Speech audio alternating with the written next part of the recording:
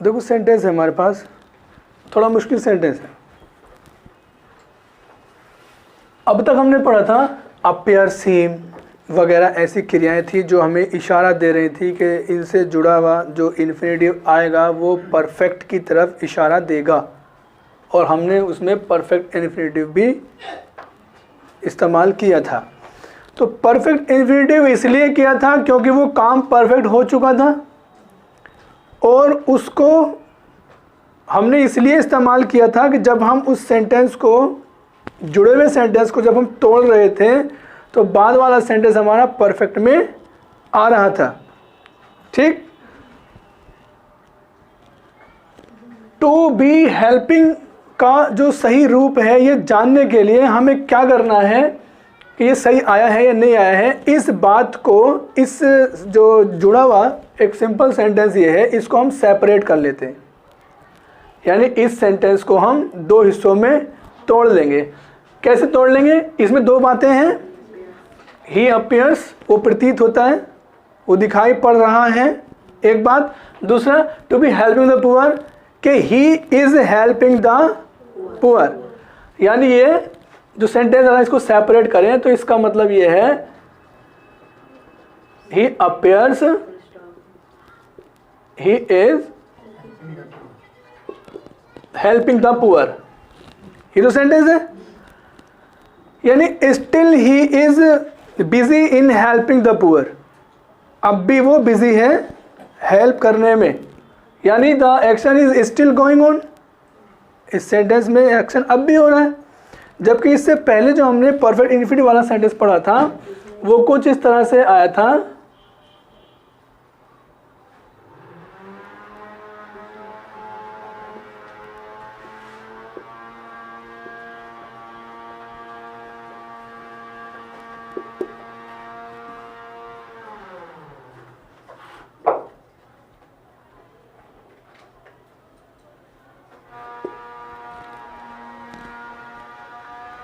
देखो दोनों सेंटेंस अलग अलग हैं।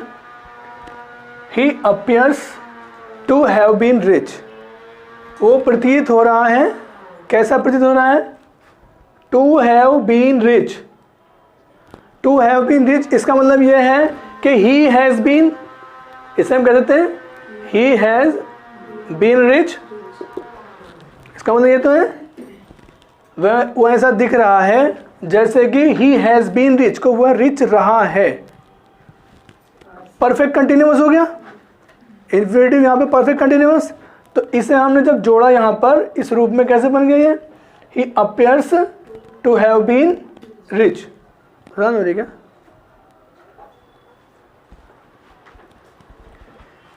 देखो ये सेंटेंस हमने तोड़ा, ही अपीयर, इसमें भी दो बातें हैं ना, he appears to have been rich, वो ऐसा लगता है जैसे कि वो रिच रहा है, एक समय से एक समय तक रिच रहा है।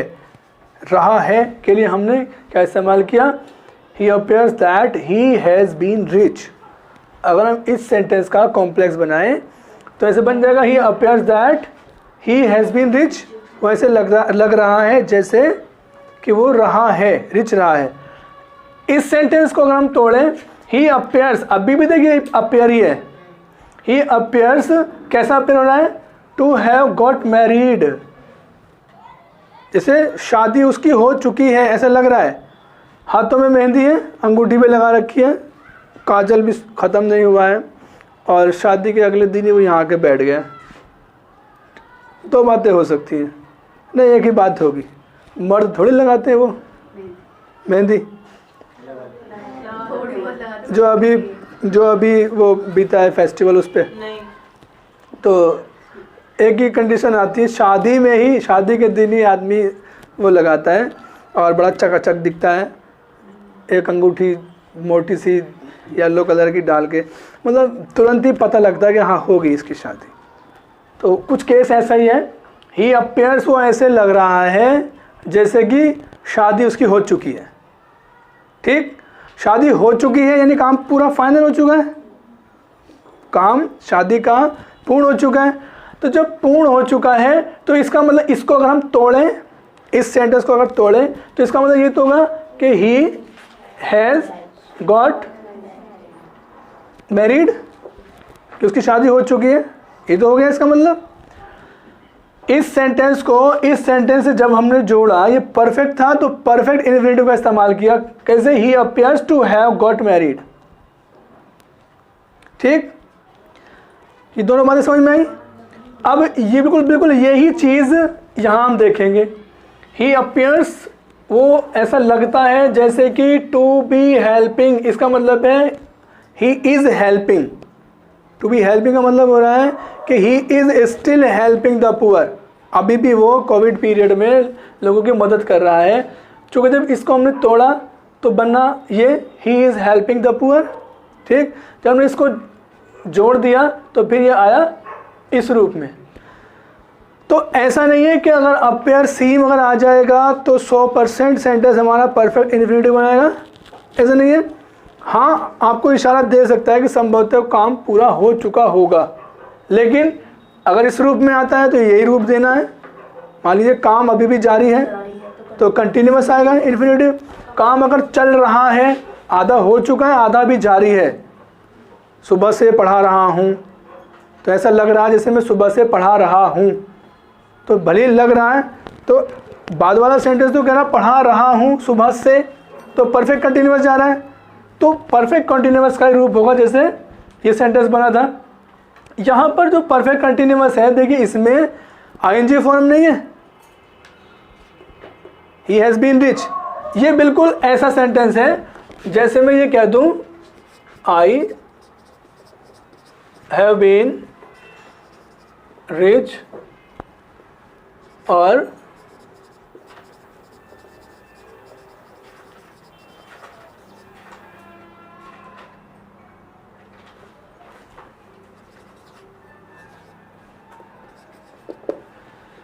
जैसे आई हैव बीन रिच या आई हैव बीन हेल्पिंग, तो हैव बीन रिच कोई एक्शन वर्ब नहीं है।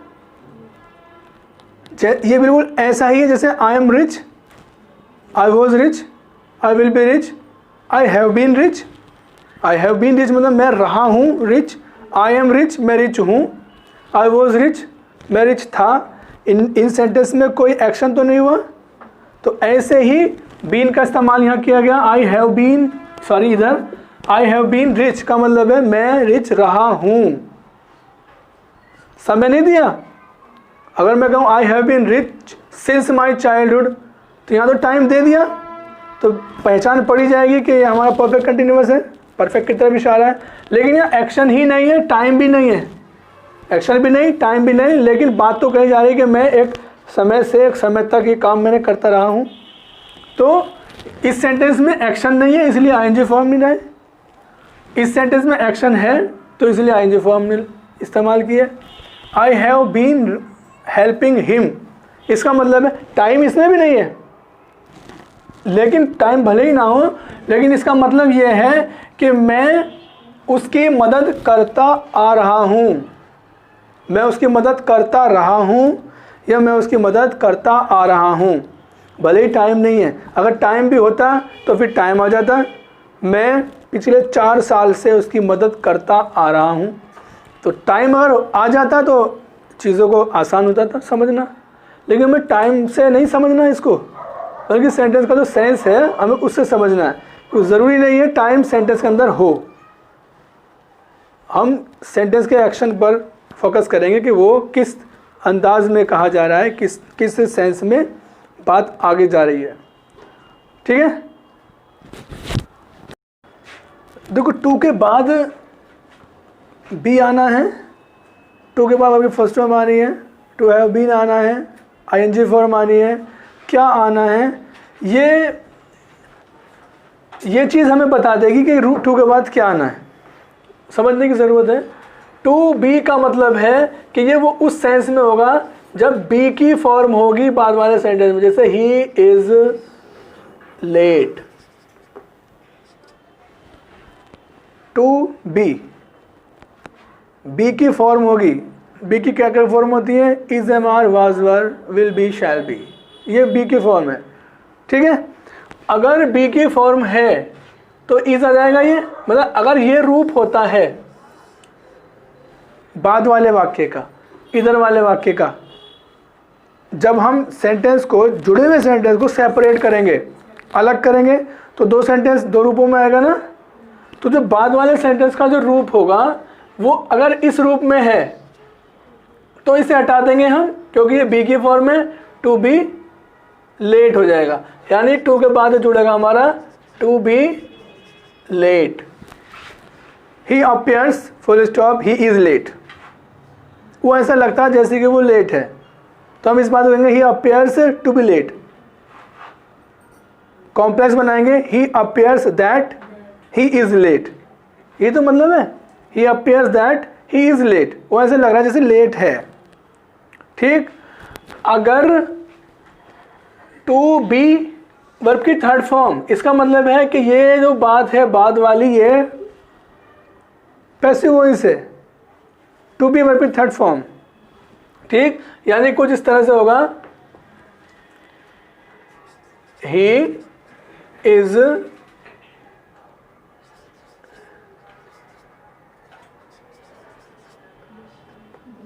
डिसीव की स्पेलिंग बताई थी पिछली बार, CEIVED है ना। CE या EI में, EI या IE में कौन सा आता है, जहाँ पर हिसिंग साउंड होगी हमारी, C की आवाज़ होगी, तो हम CEI का इस्तेमाल करेंगे।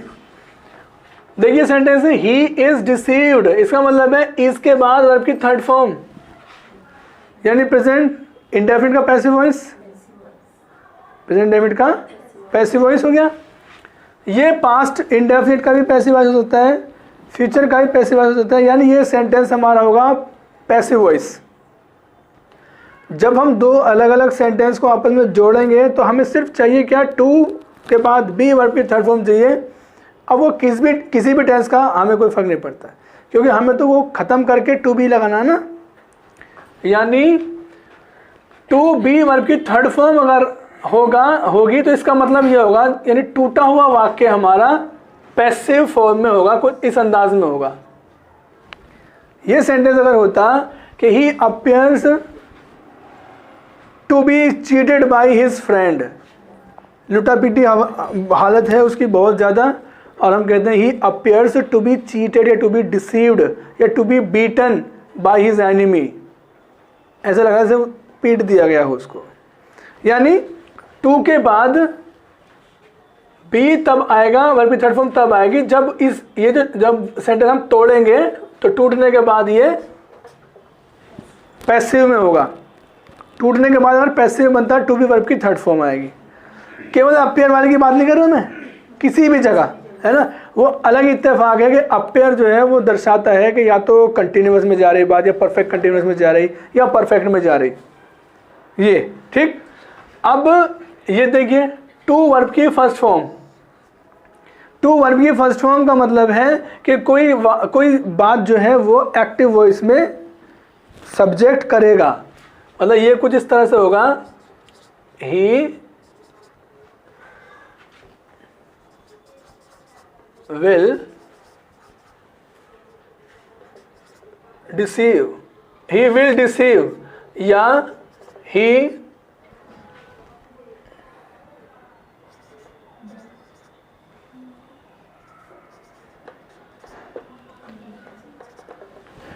deceives, प्रेजेंट इंडेफिनिट टेंस हो गया है ना, he deceives present indefinite tense हो गया। he will deceive, वो डिसीव करेगा, या तो ये भाव होगा, यानी ये कुछ ऐसे सेंटेंस होगा जैसे पुराना सेंटेंस है हमारा,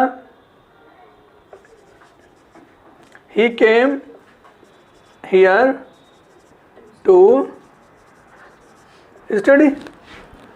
अगर इन दोनों सेंटेंस को हम तोड़ें तो दो चीजें मिलेंगी, ही केम हियर किस पर्पज से, कि ही वुड स्टडी हियर, इसका मतलब ये तो है, या ही विल स्टडी हियर, यानी वो स्टडी करेगा, यानी ये सेंटेंस हमारा एक्टिव में जाएगा, ही विल स्टडी देयर, ये सेंटेंस हमारा एक्टिव में चला गया है ना। ही केम हियर, वो यहाँ आया, क्यों आया, कि उसका पर्पस ये था कि ही विल स्टडी हियर, ये टूट गया ना सेंटेंस। जब हमने इन दोनों बातों को एक जगह जोड़ दिया तो हमने सिर्फ इतना ले लिया, ही केम हियर, किस लिए, इसको हमने टू से जोड़ दिया।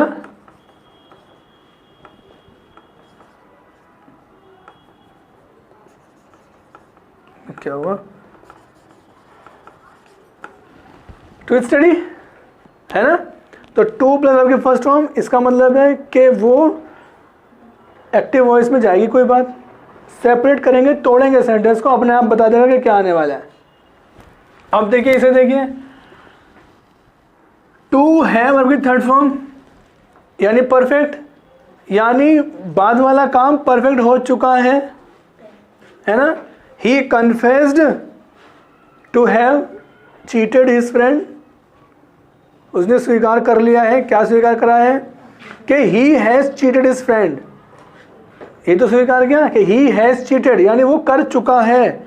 वो परफेक्ट बात हो गई, यानी प्रेजेंट परफेक्ट या पास्ट परफेक्ट या फ्यूचर परफेक्ट को हम परफेक्ट इन्फिनिटिव में बदल देंगे, बात अपनी पूरी हो जाएगी। इसी सेंटेंस को, इसी को मान लीजिए अगर हम बात करें, he appears that he has insulted his father, ऐसा लगता है मानो कि उसने अपने फादर की इंसल्ट कर दी है, तो इसका मतलब ये हो जाएगा कि he appears to have insulted his father, क्योंकि ही हैज़ इंसल्टेड है ना। ये जो क्रियाएं थी, ये इत्तेफाक था कि ये क्रियाएं इशारा देती थी हमें परफेक्ट इन्फिनिटिव की तरफ, लेकिन सेंटेंस हमारे इस रूप में भी तो आ सकता है। वो सेंटेंस अलग था, उसने कन्फेस कर लिया है अपने दोस्त की, मतलब उसने कन्फेस कर लिया है कि उसको चीट किया गया था, इसको दंडित किया गया था, इस बात से उसने कन्फेस कर लिया, ये तो है कन्फेशन, वहाँ कन्फेस चल रहा था। यहाँ पे ये बात आ रही है कि जितने भी सेंटेंसेस हैं जो हमारे सिंपल सेंटेंस हैं, जो टू बी या टू से जुड़े हुए हैं, इन्फिनिटी से जुड़े हुए हैं, हमें क्या करना है, इनको अलग कर देना है। ही अपीयर्स, वो प्रतीत होता है, वो लग रहा है, कैसा लग रहा है, बी हेल्पिंग द पुअर, इसका मतलब है कि वो हेल्प, बी की जगह इज अ मार लगा के देख लो, अर्थ निकल के आएगा, बी की जगह इज अ मार। तो देखिए, इज हेल्पिंग द पुअर, इसका मतलब he is helping the poor, यानी still the work is going on, अभी भी चल रहा है ना काम, तब कंटिन्यू चल रहा है अभी भी काम, तो कंटिन्यू इन्फिनिटिव हमारा कंटिन्यूअस में आ जाएगा, है ना। ING form, to be ING form, इसका मतलब है वह ऐसा प्रतीत होता है जैसे अपने वो गरीबों की मदद कर रहा हो। क्लियर। अगर ऐसा होता कि वो बहुत समय से कर रहा है, इसमें समय दे रखा है, वो पिछले 4 माह से गरीबों की मदद कर रहा है, इसका मतलब है कि वो समय भी दे रखा है, कंटिन्यू भी जारी है, तो समय प्लस कंटिन्यू अगर होता काम तो परफेक्ट कंटिन्यू में पहुंच जाता है ना। फिर सेंटेंस क्या होगा, he appears that he has been helping the poor for 4 months, इसका मतलब ये तो हो जाएगा कि he appears that he has been helping the poor for 4 months, इसमें समय दे दिया। तो जब हम इन दोनों को जोड़ेंगे तो सेंटेंस हमारा कैसे हो जाएगा, he appears to have been helping the poor for 4 months, है ना। तो बात चली जाएगी वो परफेक्ट कंटिन्यूअस में। अब जैसे ये देखिए, ये he appears to have been rich, अब ये टू हैव बीन रिच जो रूप है वो ये है ही हैज़ बीन रिच, इस सेंटेंस में कोई एक्शन नहीं है, ये ऐसे है जैसे मैं एक टीचर रहा हूँ, मैं एक टीचर रहा हूँ का मतलब I have been a teacher, I have been a teacher, मैंने कोई काम वैसे नहीं कर रहा हूँ मैं, ऐसा नहीं कि I have been helping you for 3 years, मैं तुम्हारी हेल्प कर रहा हूँ 3 साल से, समय भी बता रहा हूँ और कर भी रहा हूँ, यानी काम अब भी जारी है। तो परफेक्ट कंटिन्यूअस एक्शन वाला। परफेक्ट कंटिन्यूअस हमारे 2 रूप में आ सकते हैं, एक एक्शन वर्ब होगी उसमें और दूसरे में एक्शन नहीं होगा। एक्शन होगी कैसे, मतलब मैं 4 माह से तुम्हारी हेल्प कर रहा हूँ, तो हेल्प करना क्रिया हो गई, 4 माह भी आ रहे हैं तो वह 4 माह से काम कर रहा हूँ। ठीक। दूसरे ऐसे हो सकते हैं कि उसमें एक्शन ही ना हो, एक्शन ना होगा तो भी एक कंटिन्यूटी दिखाई जाएगी। जैसे मैं 4 साल से बीमार हूँ, I have been ill, I have been ill for years, मैं 4 साल से बीमार हूँ, तो इसमें तो कोई एक्शन तो नहीं हो रहा ना। हाँ, अगर मैं कहता हूँ I have been suffering from fever for years, तो फिर एक्शन हो रहा है, सफ़र कर रहा हूँ मैं, है ना। तो अगर कोई चीज़ कंटिन्यू चलेगी तो टू बी आईएनजी फॉर्म लगेगी। कोई चीज़ अगर हो चुकी है, हैव वर्ब की third form, to have verb की थर्ड फॉर्म। हाँ, अगर वो चीज़ पैसिव में हो, पैसिव का मैंने इस पर वीडियो भी बनी हुई है हमारी। पैसिव अगर होता है, मान लीजिए कोई ऐसा काम हो जो केवल पैसिव में होना है, चोर को अरेस्ट किया गया, तो चोर और पुलिस की बात चल रही है तो पैसिव में ही जाएगा वो। ठीक है, ये सेंटेंस बताया था, he appears to have got married. ठीक, have got married, have been gotten married. शादी वाली जो बात होती है वो पैसिव वॉइस में बनाई जाती है, शादी का है। और डैड, मृत्यु वाली बात है, ये क्रिया हम पढ़ेंगे। He is dad, he is dad ऐसा। और पैदा होने वाली बात, he was born, he was born, उसको पैदा किया गया था, वह पैदा हुआ का मतलब है ही वॉज बॉर्न। ठीक है, पैसिव, ये कुछ क्रियाएं ऐसी हैं जो पैसिव में। वर्ब के सेक्शन में आगे हम पढ़ेंगे इन चीज़ों को।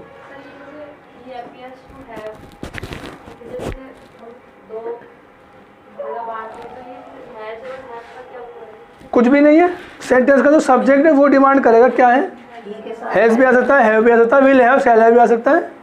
ये तो अपने ऊपर डिपेंड करता है कि ये हम इसको कैसे लें, मतलब इस बात को हम कैसे खोलें। और कुछ कहना चाह रही हो?